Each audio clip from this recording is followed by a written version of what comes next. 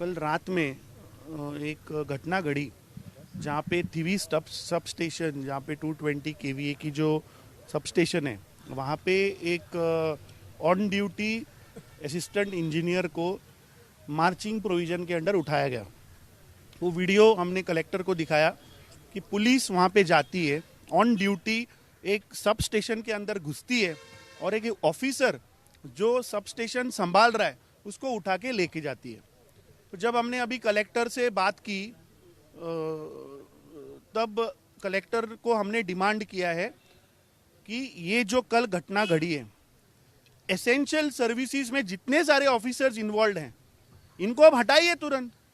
आप ये नहीं बोल सकते हैं कि मेरा एसआईआर चल रहा है और under provision of peoples representative act मैं किसी को भी उठाऊंगा।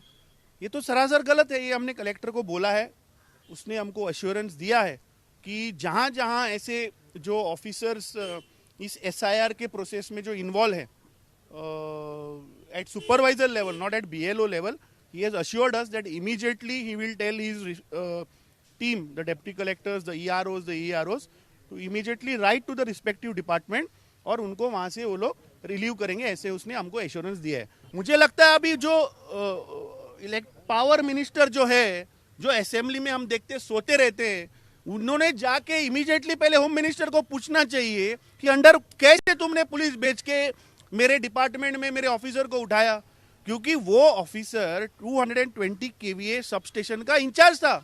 आप सोचिए अगर वहां पे कुछ होता तो पूरा नॉर्थ गोवा ब्लैकआउट हो जाता। कल सेक्रेटरीट भी नॉर्थ गोवा में है। So this shows the recklessness, carelessness of this BJP government.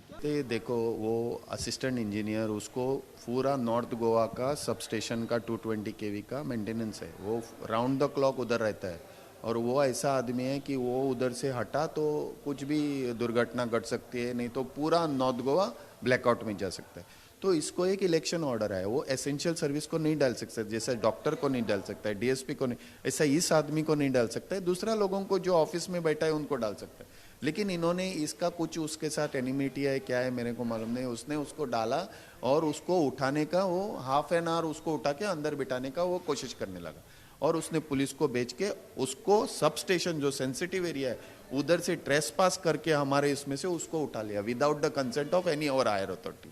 वो उसने कुछ कंसेंट नहीं लिया, एज पर बीएनएस उसने हायर अथॉरिटी का परमिशन लिया, वो भी उसने नहीं लिया, उसको उठा के अंदर डाल दिया और उसको 1 घंटे के बाद छोड़ दिया।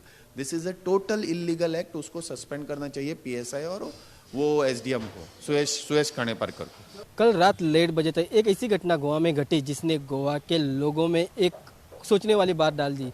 हर एक जो पॉलिटिकल पार्टीज थी उन्होंने सरकार के ऊपर निशाना साधने की कोशिश की। वो घटना थी कि पुलिस ने एक असिस्टेंट इंजीनियर जो कोलवाले जो सब स्टेशन है इलेक्ट्रिसिटी डिपार्टमेंट का, वहाँ पे जब वो ड्यूटी कर रहा था तो उसके कैबिन में आके पुलिस ने उन्हें डिटेन किया। कारण ये था कि उन्होंने जो बीएलओ ड्यूटी डिप्टी कलेक्टर ने उन्हें करने के लिए दी थी उसको उसने नकारा, क्योंकि जहाँ ड्यूटी पे वो काम कर रहे थे वो एक एसेंशियल ड्यूटी थी और वो एक सेंसिटिव एरिया था। अगर वो उस पद को छोड़ के अगर बीएलओ ड्यूटी के लिए चले जाते तो पूरी जो नॉर्थ गोवा है वहाँ इलेक्ट्रिसिटी की दिक्कत आ सकती थी। और इस वजह से उन्होंने डिप्टी कलेक्टर को लिखा भी कि अभी मैं इस पद को छोड़ नहीं सकता, क्योंकि जिस पद पे मैं अभी ड्यूटी कर रहा हूँ वो बहुत ही सेंसिटिव एरिया है और मुझे रिलीव करने के लिए और कोई व्यक्ति भी नहीं है। तो उस वजह से जब डिप्टी कलेक्टर को शायद ईगो इशू है ऐसा करके जो एग्जीक्यूटिव इंजीनियर है काशीनाथ शेट्टी, उन्होंने कहा कि ईगो और पॉलिटिकल इंटरफेरेंस की वजह से उनको रात में आके उनको डिटेन किया, जो इलीगल था, जो ट्रेस पासिंग था, और ये घटना बहुत निंदनीय है।